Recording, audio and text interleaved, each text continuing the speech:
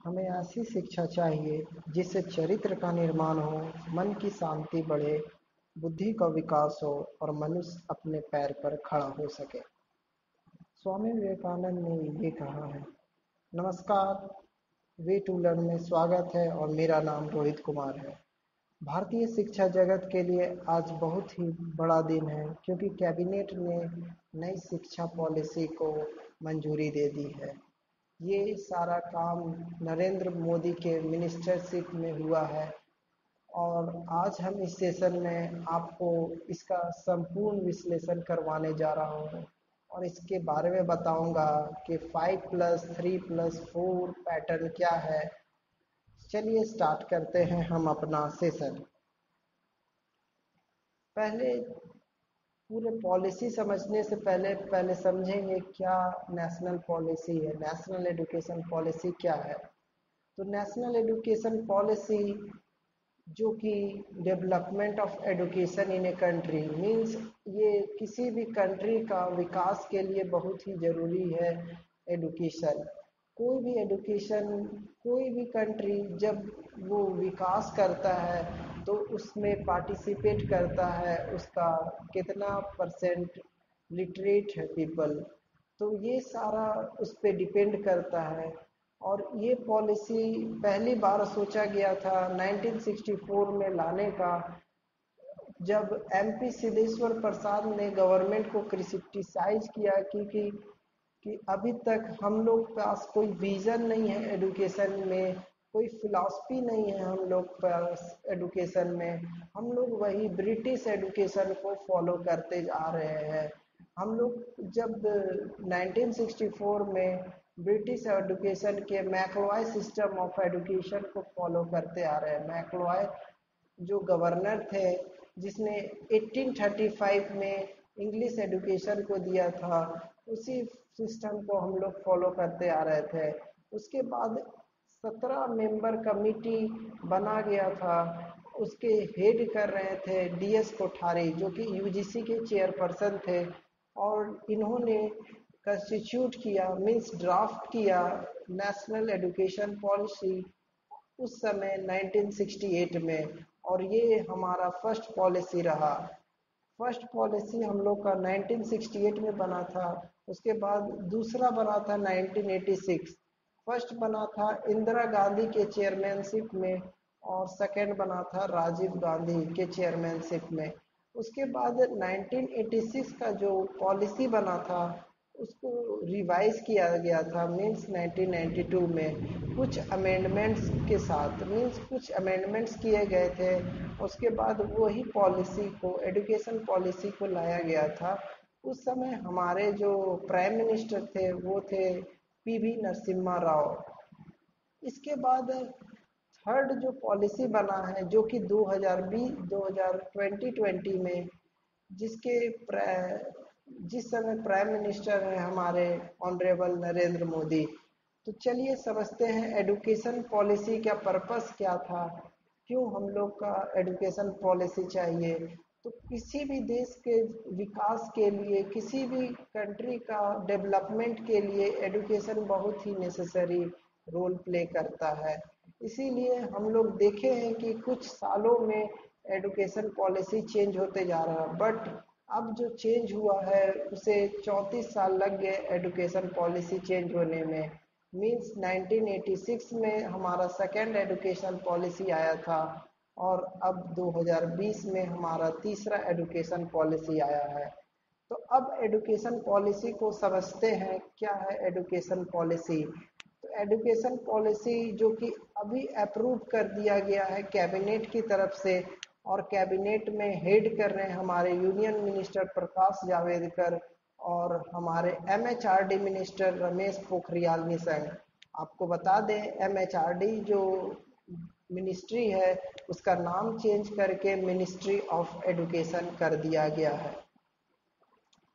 इसके बाद जो नया एजुकेशन पॉलिसी बना है 2020 का, उसमें जो पूरे एज को हम लोग स्टेजेस में बांट दिए हैं। मीन्स अगर हमारा एज अगर 3 से 8 ईयर्स एज को हम लोग फाउंडेशन स्टेज में डिस्ट्रीब्यूट कर दिए हैं। 8 से 11 इयर्स के एज को प्रिपरेटरी स्टेज में, 11 से 14 इयर्स के एज को मिडिल स्टेज में, और 14 से 18 इयर्स के एज को सेकेंडरी स्टेज में हम लोग बोले हैं। तो इस टाइप का हम लोग न्यू एजुकेशन पॉलिसी में हम लोग सारे एजेस को स्टेजेस में डिस्ट्रीब्यूट कर दिए हैं। इसके बाद हम लोग समझते हैं क्या है 5+3+3+4 सिस्टम। जैसा कि हम लोग जान रहे हैं, एलिमेंट्री एजुकेशन के लिए हम लोग पहले क्लास 1 से 10 क्लास तक पढ़ते हैं, उसके बाद हम लोग 11 12 की पढ़ाई करते हैं। इसमें हम लोग को टोटल 12 इयर्स लगते हैं। बट न्यू एजुकेशन पॉलिसी में हम लोग को 15 इयर्स लगेंगे। क्यों लगेंगे तो मैं आपको बता रहा हूँ, क्योंकि फर्स्ट 5 इयर्स जो होंगे उसे फर्स्ट 5 इयर्स को दो कैटेगरी में बांट दिया गया है, एक प्री प्राइमरी और क्लास 1 और 2। मीन्स प्री प्राइमरी में आपको 3 इयर्स देना होगा और क्लास 1 और 2 के लिए 2 इयर्स देना होगा। और प्री प्राइमरी जो होता है, जैसा कि आंगनबाड़ी सुने होंगे आप लोग, तो आंगनबाड़ी टाइप का ही प्री प्राइमरी एजुकेशन रहेगा, जिसमें प्ले एनवायरनमेंट से लर्न और स्टडी किया करवाया जाएगा। मीन्स आप खेलते खेलते ही सीखेंगे। इसमें आपको जो फर्स्ट 5 इयर्स होगा, मीन्स जो फर्स्ट हमारा पहला 5th साल होगा, इसमें आपको इंग्लिश एज ए सब्जेक्ट मिलेगा। मीन्स आपके लिए इंग्लिश कंपलसरी नहीं रहेगा और इंग्लिश में पढ़ाई करने की अनिवार्यता जो कि समाप्त कर जाएगी। मीन्स इंग्लिश एक सब्जेक्ट ही रह पाएगा, इंग्लिश जैसा कि हिंदी एक सब्जेक्ट रह पाएगा, और आपका कोई भी मदर टंग में आप पढ़ाई कर पाएंगे फर्स्ट यानी पहला 5 साल। उसके बाद अगले 3 साल में हम लोग फ्यूचर के लिए हम लोग विकास को यानी कि फ्यूचर के लिए हम लोग अपने छात्रों को तैयार करेंगे, और इसमें हम लोग उनसे बहुत सी science, mathematics, art, social science के सब्जेक्ट से परिचित कराएंगे। मीन्स साइंस, गणित, कला विज्ञान और सामाजिक विज्ञान, सामाजिक अर्थशास्त्र से हम लोग परिचित करवाएंगे। इससे उनमें नया जागरूकता आएगी और इससे उसे छात्रों को भविष्य के लिए तैयार किया जाएगा। इसके बाद अगले 3 साल के जो होंगे उसे मिडिल स्टेज कहा जाएगा, जिससे क्लास 6 से लेकर के क्लास 6, 7 और क्लास 8 को, जिसमें आपको क्लास 6 के बच्चों को कोडिंग लर्न करने की स्टार्ट किया जाएगा। मीन्स कंप्यूटर कोडिंग सीखने का उन्हें मौका मिलेगा, जिससे कि हम लोग का जो बच्चे हैं वो टेक्नोलॉजी फ्रेंडली हो पाएंगे और उसे इंटर्नशिप करने का भी मौका मिलेगा। उदाहरण के तौर पे अगर आपका बच्चा पेंटिंग अच्छा कर लेता है, तो आप कोई भी जाने माने पेंटर से उसके पास जाकर पेंटिंग के कुछ एडवांस तरीके को भी सीख सकता है। मीन्स इसे आप इंटर्नशिप कहते हैं।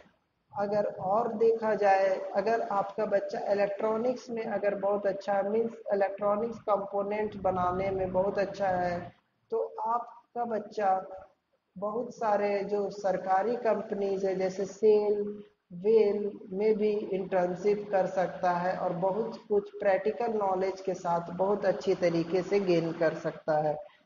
इसके बाद नेक्स्ट हमारा होता है लास्ट के 4 साल। मीन्स लास्ट 4 साल में हम लोग लास्ट स्टेज बोलते हैं, जिसमें 9, 10, 11, 12 की स्टडी करता है। इसमें 9th और 10th में पहले मैं आपको बता दूं, 9th और 10th में पहले आपका जो एग्ज़ाम पैटर्न को चेंज किया गया है। मीन्स पहले जो एग्ज़ाम होता था वो पहले हाफ ईयरली, उसके बाद फाइनल एग्ज़ाम होता था। तो ये जो हाफ ईयरली और फाइनल एग्ज़ाम होता था, इसको चेंज करके सेमेस्टर सिस्टम में कर दिया गया। मीन्स 6 मंथ का एक सेमेस्टर होगा और एक साल में आपको 2 सेमेस्टर होंगे।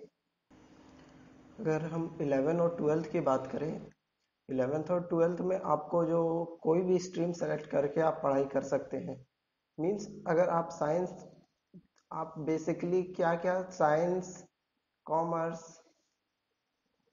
और आर्ट्स स्ट्रीम लेकर के 11th और 12th की पढ़ाई करते थे, जिसमें आप साइंस में आप पीसीएम मीन्स फिजिक्स, केमिस्ट्री और मैथ्स पढ़ते थे।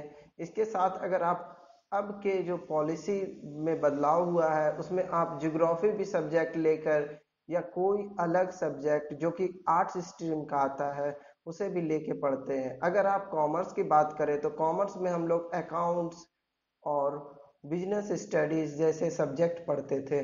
तो इसमें आपको लगता है कि मेरा रुचि फिजिक्स में भी है तो आप इसमें फिजिक्स भी लेके पढ़ सकते हैं। इसके लिए आपको एक बास्केट मिलेगा, मीन्स बास्केट में बहुत सारे सब्जेक्ट्स होंगे जिसको आप चूज करके उसे पढ़ सकते हैं। तो आप कोई भी स्ट्रीम के रहें तो आपको अपने इंटरेस्ट से कोई भी सब्जेक्ट चूज करने का मौका मिलेगा। इसके बाद आपकी जो इस तरीके की जो पॉलिसी आई है उसमें आपकी रिमाइंडिंग कैपेबिलिटी को इंक्रीज किया जाएगा। पहले क्या होता था, जैसे 11th और 12th में आप देखे होंगे, पहले इनऑर्गेनिक और ऑर्गेनिक के जो चैप्टर होते थे केमिस्ट्री में उसे रटवाया जाता था।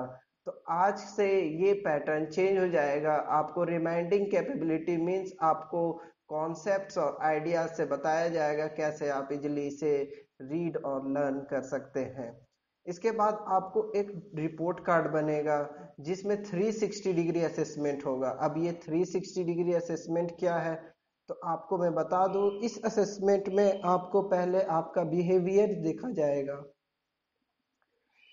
बिहेवियर के बाद आप एक्स्ट्रा करिकुलर एक्टिविटीज में कितना अपना रोल निभाते हैं, मीन्स एक्स्ट्रा करिकुलर एक्टिविटीज आप कितना पार्टिसिपेट करते हैं एक्स्ट्रा करिकुलर एक्टिविटीज में, ये सब देखा जाएगा।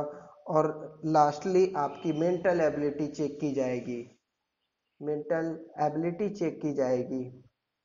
इसके बाद आपका असेसमेंट होगा, मीन्स असेसमेंट मीन्स आपका स्वयं रूप से अध्ययन होगा और उसको बोलेंगे सेल्फ असेसमेंट, मीन्स आप अपने से अपने आप को जज करेंगे।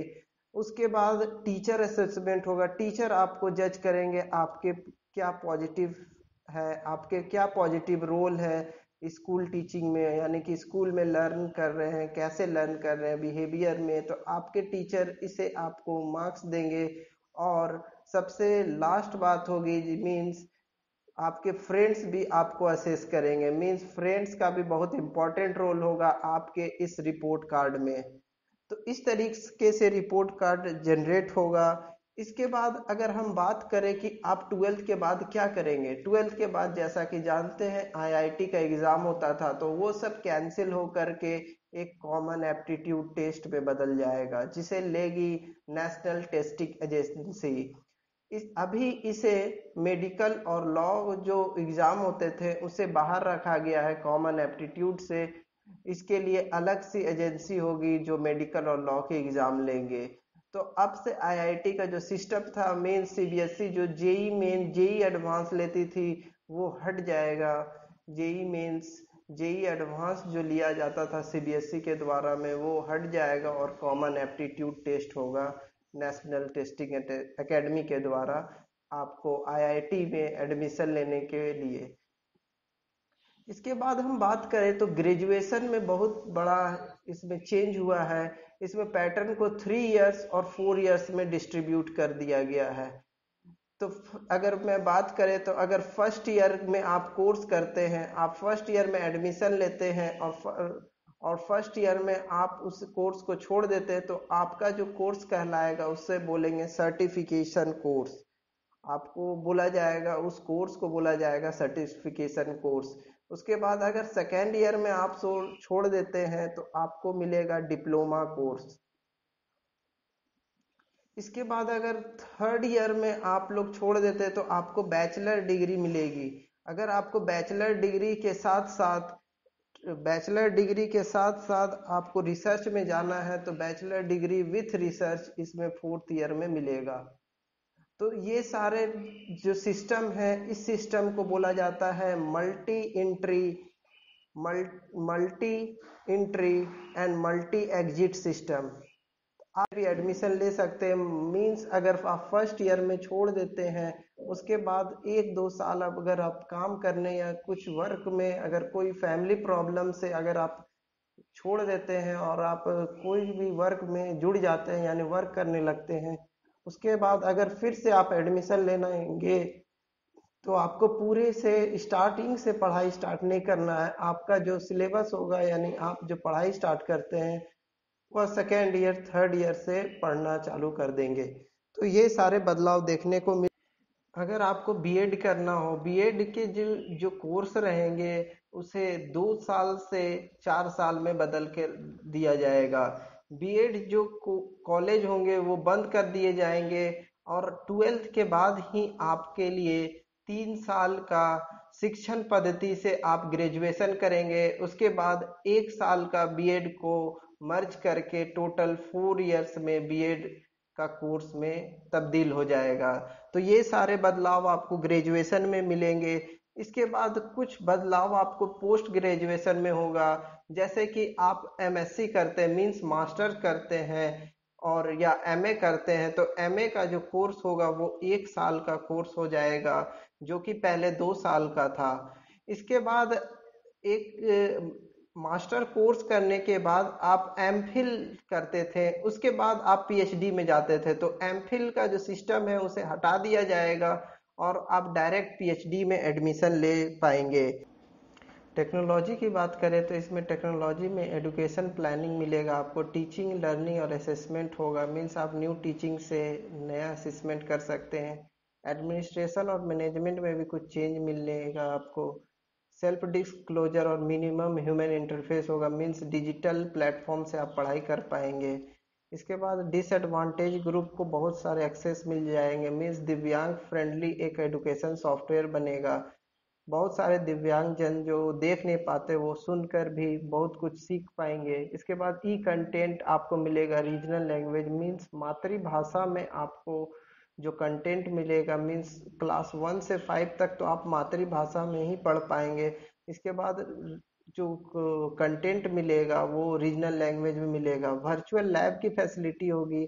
वर्चुअल लैब मीन्स आप घर से ही, जैसे केमिस्ट्री का लैब करना चाहते हैं तो आप घर से ही सॉफ्टवेयर के माध्यम से केमिस्ट्री लैब या फिजिक्स लैब कर सकते हैं। नेशनल एजुकेशन टेक्नोलॉजी फोरम का विकास होगा और डिजिटली इक्विप्ड होगा, मीन्स स्मार्ट स्कूलिंग होगा। इसके बाद हम देखते हैं क्या मेजर रिफॉर्म्स हुए हैं। तो मेजर रिफॉर्म्स में पहला रिफॉर्म्स होगा 50% ग्रॉस इनरोलमेंट रेशियो हो जाएगा 2035 तक, मीन्स जो कि ड्रॉप्ड आउट स्टूडेंट का जो रेशियो है उसे डिक्रीज किया जाएगा और इससे जो इनरोलमेंट है उसका रेशियो इंक्रीज हो जाएगा। Credit transfer and academic bank of credits होगा, जिसमें आपका जो क्रेडिट होगा वो ऐड होगा। मीन्स जैसे कि multiple entry multiple exit system में ग्रेजुएशन में आप अगर फर्स्ट ईयर में कुछ स्कोर करते हैं तो आपका क्रेडिट्स अगर मान के चलिए 90% आता है तो आपका ये क्रेडिट्स डिजी लॉकर के माध्यम से स्टोर होगा। उसके बाद ये सेकेंड ईयर्स में आपका ऐड होते जाएगा। इस टाइप से क्रेडिट ट्रांसफर होगा और ये क्रेडिट सिस्टम जो कि बैंक में क्रेडिट्स करते हैं उसी टाइप्स का सिमिलर होगा।